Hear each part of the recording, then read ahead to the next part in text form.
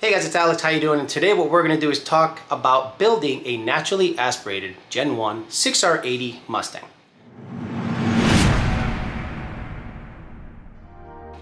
So in 2011, the Coyote Mustang was introduced along with the 6R80 transmission, which a lot of people were curious about, and there was a huge learning curve in tuning that transmission. But what people noticed the most out of the 6R80 version of the Mustang is how lazy it was out of the whole. The manual Gen 1 Mustang was by far the more popular choice. People were immediately going fast, they loved the tight ratio 6-speed, and then the 6R80 wasn't really looked at in naturally aspirated forms. Boost, that changed everything. But for the purposes of this video, we're gonna stick to naturally aspirated Mustang.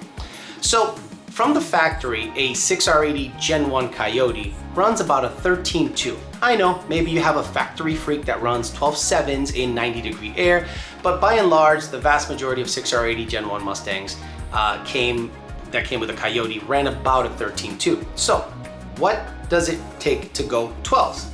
To be honest with you, just a tune. I've seen many Gen 1 Mustangs that I've personally tuned and others have tuned that run 12s with a tune. Simply a calibration change, meaning optimize the shift points, optimize the, let's say, adjustable octane. These cars have adaptable octane logic, and keeping the manifold stock catalytic converters, stock manifold, exhaust manifolds. The car was going to run about a 12.8 in factory form in good air. Now that doesn't mean 30-degree mineshaft there. That doesn't mean 50-degree, about 70 degrees or so, which is somewhere in the middle. We live in Florida, so it's a little hotter, so it's tough to get these cars running well naturally aspirated. So 12s, 6R80 Gen 1 Mustang, tune, literally a tune, that's all you need. The factory tune shifts at about 6,500 RPMs. The aftermarket tune, in my opinion, should shift at about 72 to 7,300 RPMs because you have the stock manifold. Now the gear ratios on the 6R80s were kind of funky. First gear was a 417 gear, pretty steep. It's a numerically high gear, but it feels pretty steep. And then the second gear drops off a cliff at a 2.34. Then we have a 1.52, a 1.14, 0.87, then 0.69. Theoretically, from second gear on, it's like a turbo 400, 234, 152, 114. So now you see why a lot of people re-gear their transmissions for second gear leave. But let's stay on naturally aspirated Mustangs. So we already got you in the 12s. How do we get you into the 11s? Well, torque converter. You're gonna need a torque converter, because going from 12.8 all the way down to 11.9, it's not just a couple of bolt-ons. I know a lot of you are really pressured to put a Boss intake in it, big cold air, you know, and headers and all this stuff. And in my opinion, you don't need all that to go 11s in a stock Gen 1 6R80 Mustang. In my opinion, you should leave the intake manifold alone. I've seen many guys with a stock intake manifold run 11s easily with a torque converter and a couple of the changes, which I'll name now. Torque converter, huge selection of torque converters. I would urge you to call Circle D Specialties so that you can get the torque converter size exactly for what you want to do with the car. But let's just talk in generic terms. A 3C converter is on the tame side. You can daily it, it's not gonna stall really high, it's not gonna have a lot of inherent slip. It's gonna feel a little more slippier than stock, but generally it's gonna keep stock driving habits. The 4C is a little more aggressive in my opinion, and in my opinion it's that perfect converter for the street strip guy. The street strip guy wants to optimize the strip stuff, but then wants to be able to drive it to work Monday morning. Now, if you wanna really get after it and really be aggressive on your launch, 6F is a converter I have a lot of experience with. 4,400 RPMs seem to be the launch capabilities of that converter. So if you really want to get after it, a 6F converter is right up your alley. So where do you need to run 11s on a Gen 1 6R80 Coyote Mustang? In my opinion, a tune.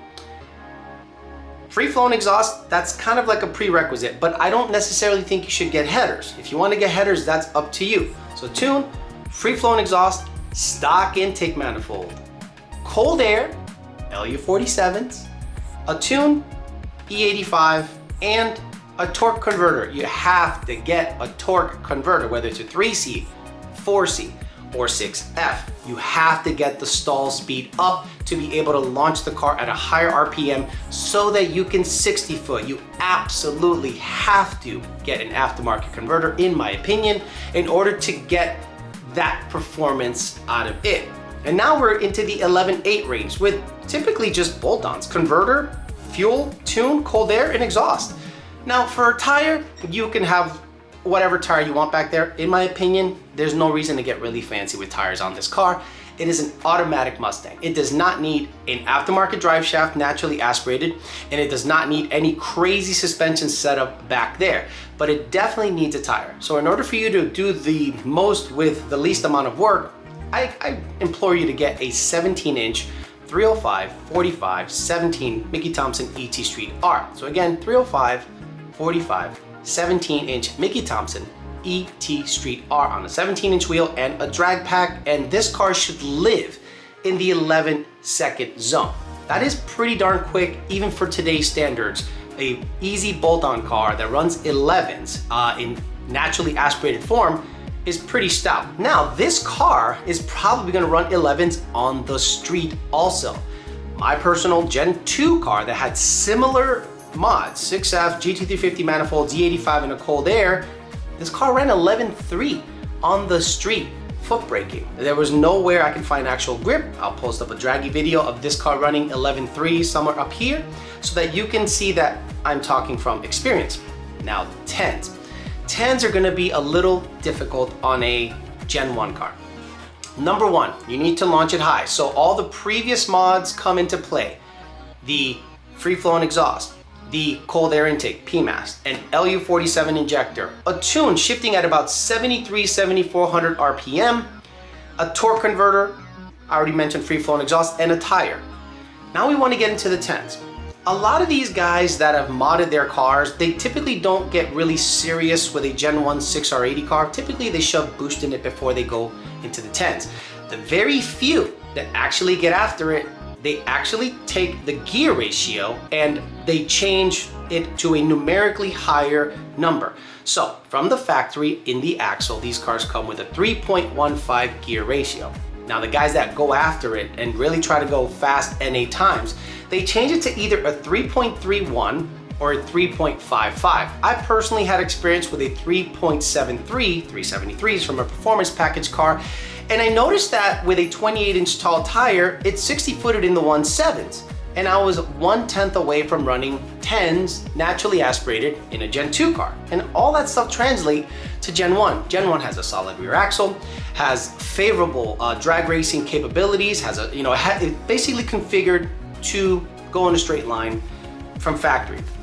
So in my opinion, you need a manifold, intake manifold that revs higher. Now, there are a bunch of them out there. 18 manifold with locked IMRCs, Boss intake. Again, I implore you to stay away from Cobra Jet because you still need to 60-foot this car.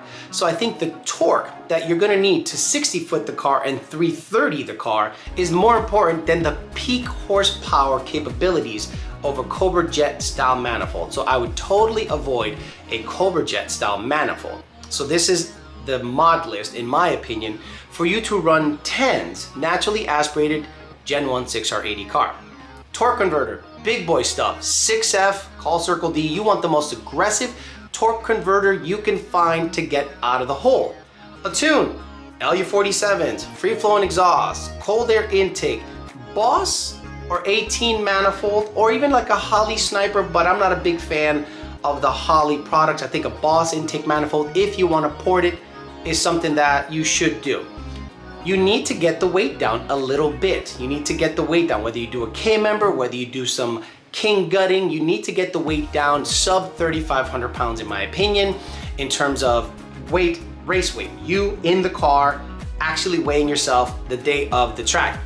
A numerically higher rear gear ratio. The 3.15, in my opinion, isn't really gonna cut it in order for you to achieve the best 60-foot, 330, and 1/8 mile times. So if you want to live in the 11.0 high 10 range, you're going to have to, in my opinion, install a numerically higher gear ratio. I think 331s are pretty perfect for that if you're going to launch the car at 4,400 RPMs and you're gonna have a high revving manifold. In my experience, based on everything I've done in the ticket system, cars have gone 1090 in good weather. Again, good weather meaning 70 or so degrees, not 90, not 30. And the car seems to live there with the configuration of drag racing being put into thought, meaning suspension, whether you want to put a lightweight drive shaft or not. In my opinion, that's your call, but I don't think it is necessary to run 10s. I think it is more important to get the RPMs way up and get the car out of the hole as best as possible. Because of the transmission, the gear ratio, you need everything you can to get it up and out of the hole, and you have to configure the car for that. A lot of people do the biggest mistake of putting mods on a car that has the most peak horsepower. If you look on a dyno graph, you don't want the peak horsepower to happen at 7,700 RPMs.